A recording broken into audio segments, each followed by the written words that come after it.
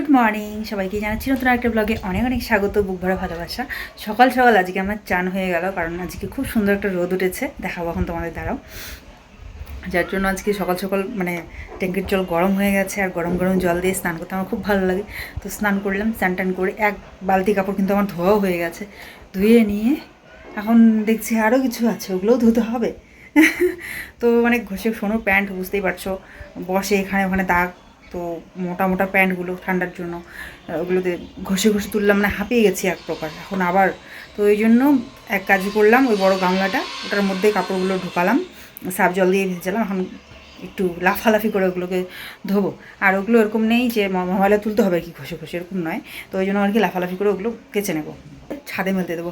কারণ এই ব্যালকনিটাতে একটু রোদে বসে এটা করি ওটা করি না, এখানে দিলে পরে জল পড়বে। শীতের দিনে এই জায়গাটা একটু লাগে আমাকে, রোদ পোহাতে হোক, চা খেতে খেতে মানে একটু বসা, তো তার জন্য ছাদেই দেবো ভাবছি। কারণ এখানে দিলে হচ্ছে জায়গাটা ভিজে যাবে এখন, আর বসতে পারবো না, আসতে পারবো না। এদিকে চান করেছি তো পুজো দিতে হবে একটু, উপর থেকে সার্ফটা দিয়ে শুধু জল ঢেলে দিয়েছি এক বালতি, আর কিছু করিনি। তো ওরকমই থাক, আগে পুজোটা দিয়ে নিই, পুজোটা দিয়ে তারপর না হয় বাকি কাজ করবো।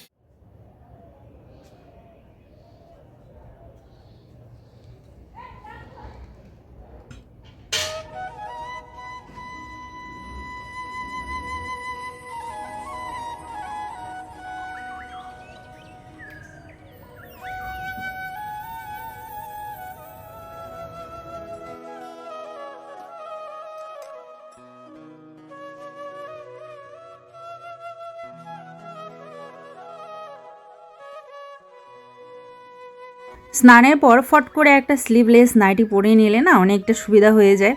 তো ওই জন্য ওটা পরেছিলাম, উল্টা হয়েছিল, তোমরা অনেকে হয়তো নোটিস করবে, পরে কমেন্ট করে বলবে, তার আগেই আমি বলে দিলাম। আর তারপর কিন্তু আমি চেঞ্জ করে যে শাড়ি পরে নিয়েছি, আজকে ইচ্ছে হলো যে একটু শাড়ি পরবো, তার জন্য পরেই নিয়েছি। যেদিন যেটা পরতে ইচ্ছে হয় পরি, এই আর কি, মনের কথা শুনতে হয় তাই না, অন্ততপক্ষে যেটা পরতে ইচ্ছে করে। তো এই আর কি, যেটা আমাদের হাতের কাছে আছে, যে ইচ্ছেটা পূরণ করার মতো আছে, তো সেটা পূরণ করতে ক্ষতি কী, তাই না? তাই আজকে একটু শাড়ি পরে নিয়েছে, বেশ ভালো লাগছে, কারণ আজকে একটু রোদ উঠেছে তো।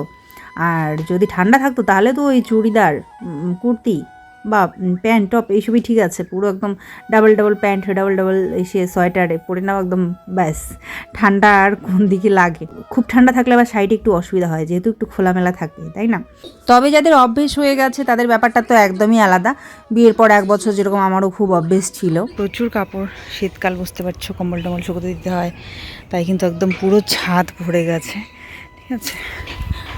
তো যাক, আমার ওই দিকটাতে হয়ে গেছে, এখানে তো জল দিয়ে দিয়েছি, এবারে গিয়ে পুজো। ও ফুল নিতে হবে তো, ভুলে গেছি।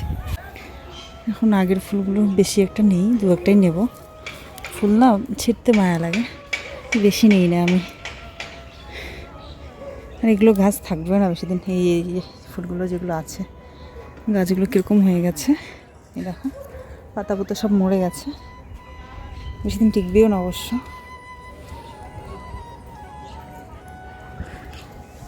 এই যে ছোট ছোট ফুলের গাছগুলোর জন্য লাগিয়ে দিয়েছে, এই যে এগুলো এখন হবে।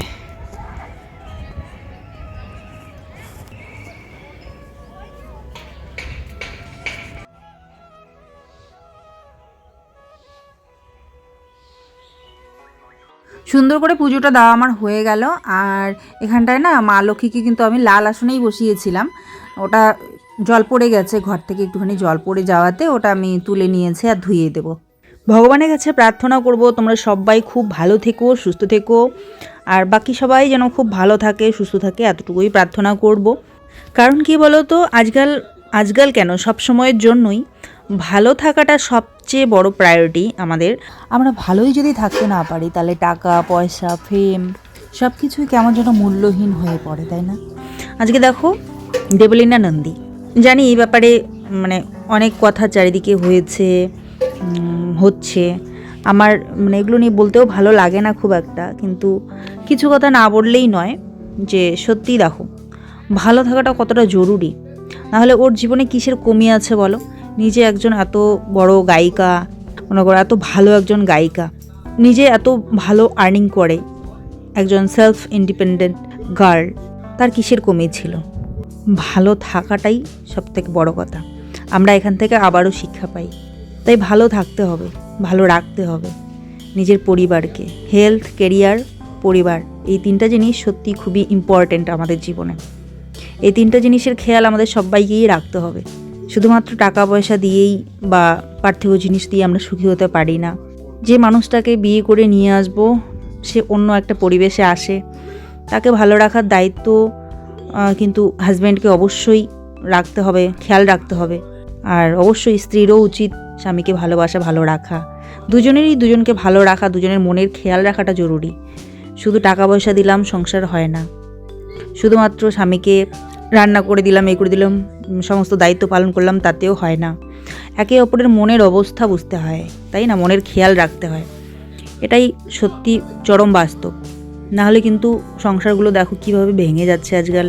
সত্যি আন্ডারস্ট্যান্ডিং আর ভালোবাসা, একে অপরের প্রতি রেসপেক্টের অভাবেই সংসারগুলো ভেঙে যাচ্ছে, বা থার্ড পার্সন সেটা ভেঙে দিচ্ছে। এগুলো খুব খারাপ হচ্ছে সমাজে। থার্ড পার্সন কারোর জন্য, সংসারের জন্য কখনো না ভাঙে, সে শাশুড়ি হোক বা অন্য কেউ হোক। কোনো একজন থার্ড পার্সনের জন্য সংসার যখন ভেঙে যায়, সত্যি সেই থার্ড পার্সনটা কিন্তু কত বড় যে অপরাধী হয়ে দাঁড়ায় তা হয়তো আমরা কল্পনাও করতে পারবো না। কারণ একটা সংসার ভেঙে দেওয়া, এটা কিন্তু একটা মন্দির মসজিদ ভেঙে দেওয়ার সমতুল্য পাপ। আবার একটা সংসার জুড়িয়ে দেওয়া, এর থেকে পুণ্যের কাজ কিন্তু হয় না। কারণ একটা সংসার কিন্তু গড়তে অনেক সময় লাগে, অনেক বিশ্বাস, ভালোবাসা, সময়, সব কিছুর উপর নির্ভর করেই কিন্তু একটা সম্পর্ক তৈরি হয় বছরের পর বছর ধরে। কিন্তু এটা ভেঙে দিলে এক চুটকিতেই ভেঙে দেওয়া যায়। কিন্তু মন থেকে কি ভালো থাকা যায়? ভালো কি কেউ থাকতে পারে? পারে না। আজকে দেখো ওর জীবনটা ও স্যাক্রিফাইস করতে গিয়েও কিন্তু ও তাকেই চাচ্ছে, তারই একটা কল, একটা রেসপন্স ও আশা করছে। তাই স্বামী স্ত্রী সম্পর্কটা এত ঠুনকো নয়, এটাকে বাঁচিয়ে রাখতে হবে, দুজনকেই চেষ্টা করতে হবে। ছেড়ে দিয়েও কখনো কিন্তু সুখী হওয়া যায় না সত্যিকারের যারা ভালোবাসে। কারণ কি বলো তো, পৃথিবীতে হাজারটা মানুষ হয়তো আছে, হাজারটা ভিড়ের মধ্যেও কিন্তু ওই একটা মানুষের কমি অন্য কোনো মানুষ কিন্তু পূরণ করতে পারে না। তার জন্য ওই একটা মানুষকে আগলে রাখাই শ্রেয়। আর বিশেষ করে যাদের বাচ্চা হয়েছে তাদের সম্পর্কের মধ্যে তো আরও বেশি ধ্যান দেওয়া উচিত। কারণ এখানে শুধু দুটো মানুষের সম্পর্ক ভাঙে না, একটা বাচ্চার জীবন, একটা বাচ্চার ভবিষ্যৎ নষ্ট হয়ে যায়। তার মনের উপর কী প্রভাব পড়ে, তার জীবনের উপর যে কী প্রভাব পড়ে, যাদের এরকম হয় তারাই বুঝতে পারবে ভালো। আমরাও বুঝতে পারি। তার জন্য বেঁচে থাকুক প্রত্যেকটা সংসার, বেঁচে থাকুক প্রত্যেকটা ভালোবাসা। আমরা কেউ কারো সংসার, ভালোবাসার মাঝে যেন বাধা হয়ে না দাঁড়াই, এতটুকুই খেয়াল রাখবো প্রত্যেকটা মানুষ। তাহলেই হয়তো চারিদিকে সমস্ত সংসারগুলোই বেঁচে যাবে আর ভালো থাকবে। সত্যিই খারাপ লাগছিল যখন একটা মেয়েকে শ্বশুরবাড়ি থেকে বের করে দেওয়া হয়, সেই বাড়িটাতে আবার গিয়ে আত্মসম্মানের মাথা খেয়ে স্বামীর জন্য শুধুমাত্র ছিল। এটা কত বড় কষ্টকর, কতটা আত্মসম্মানে লাগে ফিরে গিয়ে ওই সেম মুখগুলোকে ফেস করা। আমরা ফিল করতে পারি শুধুমাত্র স্বামীর জন্য, স্বামীর মুখের দিকে তাকিয়ে সমস্ত আত্মসম্মান ত্যাগ করে নির্লজ্জের মতো গিয়ে আবার ধরো সংসার করা। কোথা থেকে আসে এই শক্তি? ভালোবাসা থেকে। জানি এটা কখনোই জীবন স্যাক্রিফাইস করা যায় না, কাউকে এতটা ভালোবাসা যায় না যে তারা মূল্য দিচ্ছে কি না আমি ভালোবেসে পাগল হয়ে যাব, তার জন্য জীবনটা স্যাক্রিফাইস করব। এটা করা উচিত না। কিন্তু বোকামো মনে হলেও যে ওই পরিস্থিতির মধ্য দিয়ে যায় একমাত্র সেই বলতে পারবে সে কি ফেস করেছে, তাই না? We guys never know what someone is going through. তাই কাউকে আমরা জাজ করতে পারি না। কখনো কখনো হাসি খুশি থাকা মানুষটা, হাসি খুশি থাকা মেয়েটা বা ছেলেটা কতটা যে স্ট্রাগলিং করে জীবনটাকে যাপন করছে সেটা আমরা জানি না। বেশিরভাগ ক্ষেত্রে এটা দেখা যায় যে অনেক বেশি হাসি খুশি থাকা মানুষটা ভিতর থেকে একা থাকে, তাইও কখনো মানুষকে বুঝতে দেয় না। সবসময় একটা হাসি মুখ নিয়ে অ্যাক্ট করে ভালো থাকার।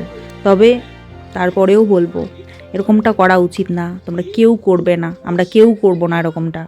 জীবনের থেকেও, নিজের থেকেও বেশি ভালো তাকে বাসবো যে আমাদেরকে সেইভাবেই ভালোবাসে। যদি কোনো মানুষ আমাদের ভালোবাসার ফিলিংস বুঝছে না, আমাদের ভালোবাসা বুঝছে না, সেই মর্যাদা দিচ্ছে না, তার জন্য জীবন শেষ করে দেওয়া সত্যিই বোকামো।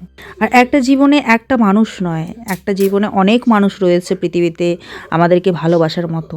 তাই একটা মানুষের জন্য কখনোই আমাদের জীবন স্যাক্রিফাইস করব না। আমাদের বাবা মা রয়েছে, তাই না? আরও আপন ভাই বোন পরিজন অনেকেই রয়েছে, তারা কষ্ট পাবে, তাদের জন্য বাঁচা উচিত। লড়াই করতে হবে, জীবনে এগিয়ে যেতে হবে, দেখিয়ে দিতে হবে সেই সব মানুষকে যে তাদের ছাড়াও বাঁচা যায়। ভগবান হাত দিয়েছে, পা দিয়েছে। মুনি বা মাজারের যে জীবন কাহিনীটা, সেটা শুনলে সত্যিই অনেক কষ্ট লাগে, অনেক ইন্সপায়ারিং আর হার্ট টাচিং, হার্ট ব্রেকিং একটা স্টোরি। আমরা মনে করি আমরা কত দুঃখী, কিন্তু আমাদের থেকে অনেক দুঃখী মানুষ রয়েছে যারা অনেক স্ট্রাগল করে এখনও বেঁচে আছে। তাহলে আমরা কেন বাঁচতে পারবো না, তাই না? বারবার আমরা এই শিক্ষাটাই পাই বন্ধুরা সব কিছু থেকে। সেলফ ইন্ডিপেন্ডেন্ট হওয়া খুব জরুরি মেয়েদের আজকাল, সে আর্থিকভাবেই হোক আর মানসিকভাবেই হোক। অপাত্রে দান করা যায় না, কারো উপর এতটাই ডিপেন্ডেন্ট হওয়া যায় না যে আমার ভালো থাকা, আমার হাসি কান্না সুখ দুঃখ সব কিছু তার উপরেই ঘিরে থাকবে। সে সেখান থেকে সেটা যদি না পায় তাহলে জীবনটাই শেষ করে দেবো। না, পৃথিবীতে কোটি কোটি মানুষ রয়েছে, আপনজন পরিজন ভালোবাসার মানুষ আরও অনেক রয়েছে। তাদের জন্য বাঁচতে হবে, নিজের জন্য বাঁচতে হবে। নিজের মধ্যেই নিজেকে পরিপূর্ণ ভাবতে হবে যে আমি নিজের মধ্যেই খুশি, একাই ভালো থাকতে পারি, একাই চলতে পারি, লড়তে পারি। তবে হ্যাঁ, আমি এটা বলছি না যে একটুখানি সমস্যা হতেই সেলফ ইন্ডিপেন্ডেন্ট হয়ে একদম সংসার ছেড়ে দিতে হবে, একা বাঁচতে হবে না।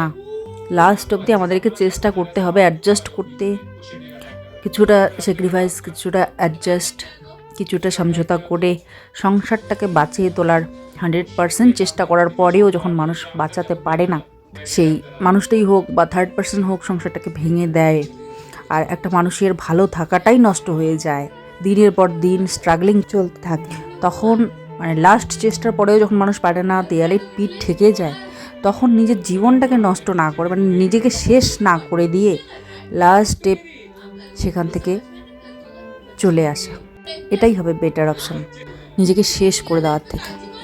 কারণ একটা মেয়ের সংসার থেকে বেরিয়ে আসার পর তার বর, তার পরিবারের উপর শ্বশুরবাড়ির লোকের উপর কতটা প্রভাব পড়বে আমি জানি না, কিন্তু তার বাবা মায়ের উপর, তার আপনজনদের উপর অনেকটাই প্রভাব পড়বে, যারা অনেক কষ্ট করে তিলে তিলে তাকে বড় করে তুলেছে এতটা ভালোবাসা দিয়ে। আমৃত্যু যারা বিনা স্বার্থে ভালোবেসে যাবে, তাদের জন্য, তাদের মুখের দিকে তাকিয়ে যে থার্ড পার্সনদের জন্য সংসার ভাঙে, তারা হয়তো জানে না কার্মা ব্যাকস বলে একটা কথা আছে। কারো দীর্ঘশ্বাস, কারো চোখের জল যেন আমাদের জীবনে অভিশাপ হয়ে ফিরে না আসে, তার জন্য কারো সংসার জুড়ে দেবো, ভেঙে দেবো না, কারো চোখের জল হব না, কারো হাসির কারণ হতে পারি বা না পারি। যাই হোক প্রিয় পরিবার, আমরা চলে এসেছি আজকে একটা ইভেন্টে। এটা হচ্ছে অ্যাবাকাসের ইভেন্ট, রবীন্দ্র ভবনে আমরা চলে এসেছি। দিদি, আমি, সোনু, আয়ুষ, দাদাও এসছে। দাদা আয়ুষকে নিয়ে প্রথমে এসেছিলো, পরে দিদি, আমি, সোনু আসলাম। তো আসার পর এখানটায় আমরা বেশ কিছুক্ষণ অনুষ্ঠান উপভোগ করলাম। এখানে উপস্থিত বিশিষ্ট মান্যগণ্য ব্যক্তিরা, পার্থপ্রতিম মহাশয়, এখানকার বড় বড় স্কুলের টিচাররা, হেড টিচাররা কিছু বক্তৃতা দিলেন, সেগুলো শুনলাম। নাচ গানও হয়েছে, নাচ গান আমাদের দেখার সৌভাগ্য হয়নি। তো আমরা যখন আসলাম তখন এই যে বক্তৃতাগুলো হচ্ছিল আমরা শুনছিলাম, বেশ ভালো লাগলো। সেগুলো অনেক শিক্ষণীয়, অনেক কিছু জানতে পারলাম, শুনতে পারলাম, খুব ভালো লাগলো। 1 থেকে 1000 পর্যন্ত যে কোনো সংখ্যা বলুন, যে নামটা বলে দিন, 700, 800, 600, 625, 676 এ বলে দেবে কেউ একজন, একটা দেখানোর জন্য ডেমনস্ট্রেশন। আমি বলবো না, কারণ মুখস্থ হয়ে যেতে পারে। আমি অনুরোধ করবো ভিভিআইপিদের মধ্যে থেকে একজন বলুন যে কোনো সংখ্যা 1 থেকে 1000 এর মধ্যে। 819 নিরঞ্জনে চলে আসে এখানে, 819 একটু এই জায়গা ভাড়া করে এখানে চলে আসে নিরঞ্জন, সবচেয়ে জুনিয়র 819 অ্যাবাকাস মাস্টার্স, এবং পরিচয় করে দিচ্ছি, she was the international champion। সবাই একটা হাততালি, ইন্টারন্যাশনাল চ্যাম্পিয়ন। আমাদের এখানে এর সাংসদ 819 এর টেবিল বলতে বলেছে, বড় টেবিল, ক্যালকুলেটরে কেউ চেক করতে পারে। 819 এর উনি নামটা বলবে। Ready? 819 was 819, 819 2 is 1638, 819 3 is 2457, 819 4 is 3276, 819 5 is 4095, 819 6 is 4914, 819 7 is 5733, 819 8 is 6522, 819 9 is 736 7371, 819 10 is 8190. আমরা গর্বিত আমাদের এই বাচ্চা যে শিখেছে, এবং তার সঙ্গে আমাদের যে টিচারদের জন্য যে শিক্ষিকারা এদের শিখিয়েছে তাদের জন্য একটা হাততালি। আর সবশেষে যাদের ভিত্তিতে দাঁড়িয়ে যে প্রাক্তন কর্মীরা আমাদের আছেন তাদের জন্য একটা হাততালি। বাস, এবার আমি আপনাকে দেখাচ্ছি এরা কতটা দ্রুত অঙ্ক করতে পারে। স্যার দেখুন, আমি বলছি এরা কত স্পিডে অঙ্ক করতে পারে। 79 at 33 at 44 at 88 at 69 at 23 25 বলো যেটো মুখস্থ। আবার বলছি কনফিউশন 89 at 63 at যে কোনো সংখ্যা বলুন 45 at আপনারা বলুন 64 কত হলো বলো আগে 294 প্লাস 33। হ্যাঁ, তাহলে এদের মানে মেমোরি পাওয়ার রিকলিং আমরা বাড়িয়েছি, রিকলিংটা বেড়েছে। আচ্ছা এটা দেখলেন, এবার কত হলো দাঁড়ালো কত 327 এর সঙ্গে গুণ করুন 1 থেকে 10 পর্যন্ত যে কোনো একটা সংখ্যা। 327 হয়েছে ইনটু 9, 327 ইনটু 9 243। আরেকটা মিরাকেল দেখিয়ে দিচ্ছি, আপনারা দেখুন আপনাদের সবার একটা এই যে জন্ম তারিখ আছে তো, মানে সে যে কোনো একটা জন্ম তারিখ, মানে আমাদের এই ছাত্রটির জন্ম সাল কত বলো 2010 তুমি কোন স্কুলে পড়ো? বিডিজেন মডার্ন স্কুল 8 2007 এ জন্ম হয়েছে নাকি বললে আমার সালটা কি 10 2010 এ জন্ম হয়েছে। 2010 এর পরে আগে না যে কোনো একটা জন্ম বার বলুন, জন্ম মানে একটা তারিখ বলুন, ও বার বলে দেবে। মানে ধরুন আপনার ছেলের জন্ম তারিখটা বলে দিন, ও বারটা বলে দেবে। না না আগে চলে গেল, আগে না পরে বলতে হবে। 25 জুলাই 2014 কি বার? শুক্রবার।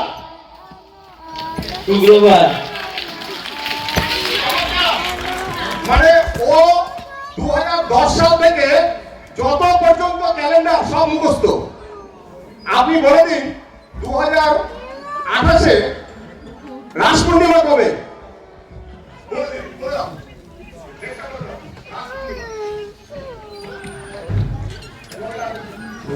নভেম্বরে 1 তারিখ।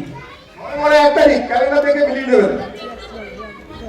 যাই হোক, আপনাদের কারো যদি জন্ম তারিখ থাকে, মানে ছেলের জন্ম তারিখ বলে দেবেন। রিসেন্ট যে বাচ্চারা হয়েছে তাদের জন্ম তারিখটা বলে দেবেন, ও বারটা বলে দেবেন। এই আমাদের সবার এখানে খুব দক্ষতা রয়েছে, আমি বেশিক্ষণ সময় নেব না। এরা আমাদের গর্ব, এরা প্রত্যেকে স্টেট অ্যাওয়ার্ডি এবং ন্যাশনাল অ্যাওয়ার্ডি। এবং আমাদের এখানে এইরকম 550 বাচ্চা কুচবিহারে যাদের মেধা আমরা প্রায় 20 গুণ বাড়িয়েছি। আমরা অনুরোধ করবো তোমরা এখান থেকে একবার ঘুরে স্যারদের প্রণাম করো। এই পাশে যাও, এই পাশ থেকে আসো, স্যারদের প্রণাম করে বেরিয়ে যাও। প্রোগ্রাম শেষ। এই পাশে দাও।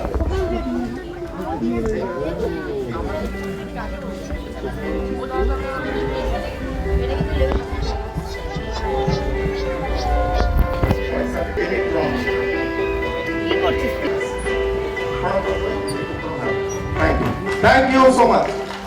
আমরা আশীর্বাদ করতে বলবো ওরা যেন আরো জীবনে বড় হয়। একটা কথা বলবো, পরিশ্রম অধ্যবসায় ছাড়া কিছু হয় না, সকলকে পরিশ্রম করতে হবে। এবং এরা যে সাকসেস পেয়েছে, এই সাকসেস পাওয়ার পরেও তাদের পরিশ্রম করতে হবে, বিনা পরিশ্রমে কিছু হয় না। চলো বাই, আমাদের প্রোগ্রাম আমরা সবাইকে এখানে সম্মানিত করছি।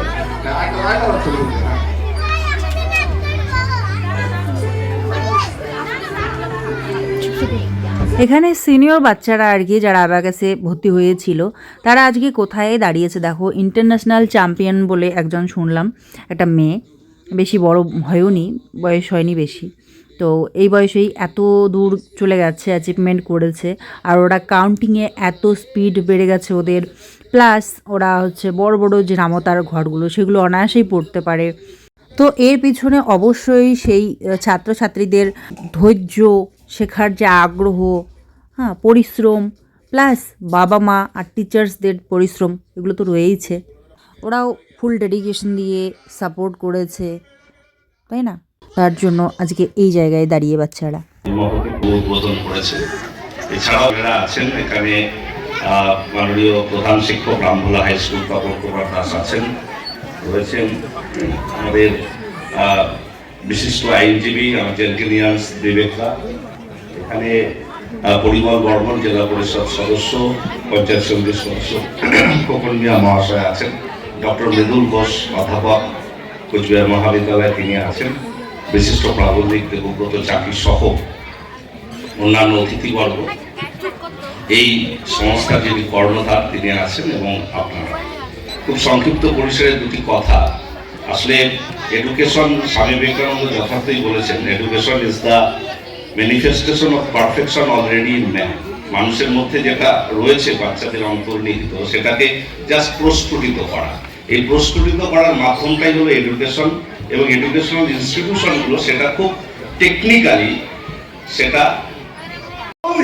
বিভিন্ন বিষয়ের উপর এই ভারতবর্ষের যে একটা ভূখণ্ড রয়েছে উত্তরবঙ্গ, সেই ভূখণ্ডের অনেক কিছু অনেকেই ব্যাপটাই যাবে না ঠিক মতন। আমরা যখন দিল্লি এবং বিভিন্ন জায়গায় যাই, সারা ভারতবর্ষে গেছি, অনেকে কুচবিহার বললে চেনে না, যাবেন অত্যন্ত দুঃখের বিষয়। বলতে হয় পাশে, এটা হচ্ছে শিলিগুড়ির পাশে। অত্যন্ত দুঃখ লাগে বলতে। এইরকম উত্তরবঙ্গ যেখানে একটা আমাদের গর্বের জায়গা, এখানে মহারাজা রয়েছেন, একটা উন্নত, আজকে যদি আমরা দেখি গভীরতা, তাহলে এখানে একটা বিরাট ঐতিহ্য এবং মহত্ব রয়েছে। এইরকম ঐতিহ্যপূর্ণ জায়গায় উনি গবেষণা করে এই উত্তরবঙ্গের বিভিন্ন বিষয়কে উনি প্রাসঙ্গিক করে তুলেছেন। তাই উনি একটা পত্রিকা চালান দীর্ঘদিন ধরে, সেটা হচ্ছে উত্তর প্রসঙ্গ। এবং সেই উত্তর প্রসঙ্গের শুধু পত্রিকা নয়, একটা মানে বলিষ্ঠ পদক্ষেপ, যার মধ্য দিয়ে আমরা দেখি যে এরকম সাহসী দৃষ্টিভঙ্গিতে তিনি সত্যটাকে উদ্ঘাটন করেছেন। আমি ওনাকেও এই প্রোগ্রামে পেয়ে অত্যন্ত গর্বিত। আমি ওনাকে তার মূল্যবান বক্তব্য দেওয়ার জন্য অনুরোধ করব।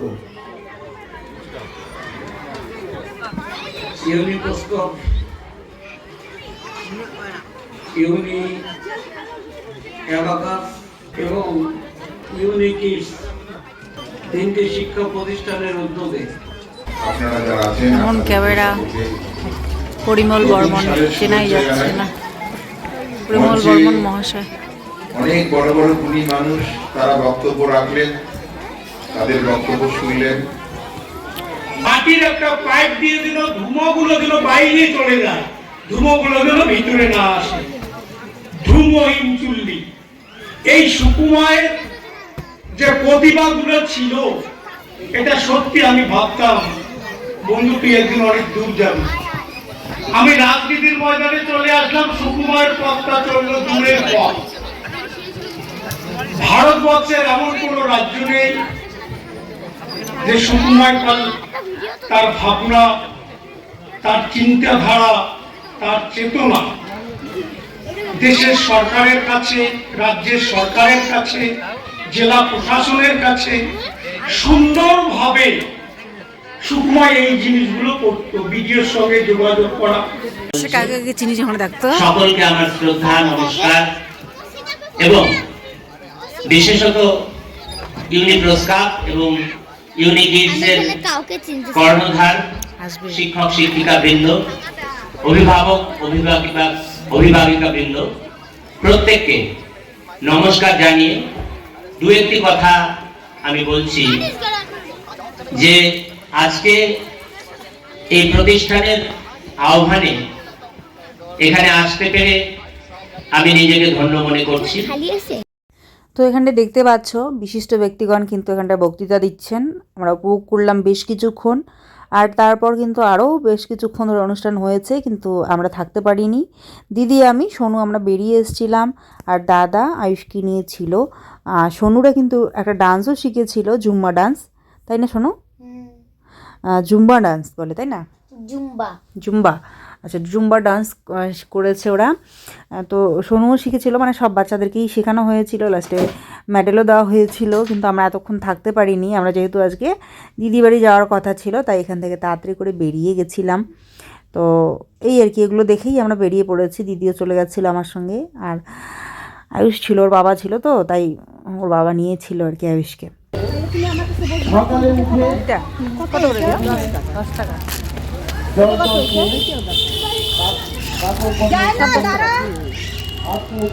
কি অত্যাচার বাবারে বাবা করবেই, খোলামেলা পাইছে না। তারপর শরীর চর্চা, যেটা বলে শরীর চর্চা, শরীরে এতটুকু খুব থাকে, কোনো সাধনায় ঠিক লাভ করা যায় না। একজন শরীরটাকে ঠিক রাখতে হবে, 1 নম্বর। 2 নম্বর হচ্ছে কনসেন্ট্রেশন। আমরা চলে এসেছিলাম রবীন্দ্র ভবনে, অ্যাবাকাস ক্লাসের তরফ থেকে প্রোগ্রাম হচ্ছে। তো উল্টো লাগছে না, উল্টো দিক থেকে। তো আমি আর বেশিক্ষণ থাকবো না, কারণ এখন ঘড়িতে বেজে গেছে 3টে বেজে 54 মিনিট। তো অনেকটাই টাইম হয়ে গেছে, এখান থেকে আবার যাবো বাড়ির দিকে, দিদি বাড়ি যাবো। তো সে কারণে আর কি আর বেশিক্ষণ থাকতে পারবো না। আর আয়ুষ ভিতরে আছে, তাই দিদি আনতে গেল। আমরা বাইরে চলেই এসেছিলাম, তো আসার পর দিদি ওর মানে আয়ুষ আসবে কিনা সেটা শুনতে গেল আর কি, দাদার সঙ্গে ও আছে। আমার তো আর থাকা যাবে না, এই জন্য বাইরে চলে আসলাম। তো খুব সুন্দর ভিতরটাও, ভবনটা দেখালাম তোমাদের। এই যে বাইরেটা, চাই খুলে দাও, খুলে দাও বাবা, খুলতে পাইনি। দাঁড়া। ছোটবেলা আমরা জানো এই চকলেটগুলো খুব খেতাম, জানো। আজকে আসছি বন্ধুরা, আজকে ভিডিওটা এখানেই শেষ করলাম। সবাই খুব ভালো থেকো, সুস্থ থেকো, দেখা হবে পরবর্তী আরও একটা দারুণ ব্লগের সঙ্গে। Thanks for watching.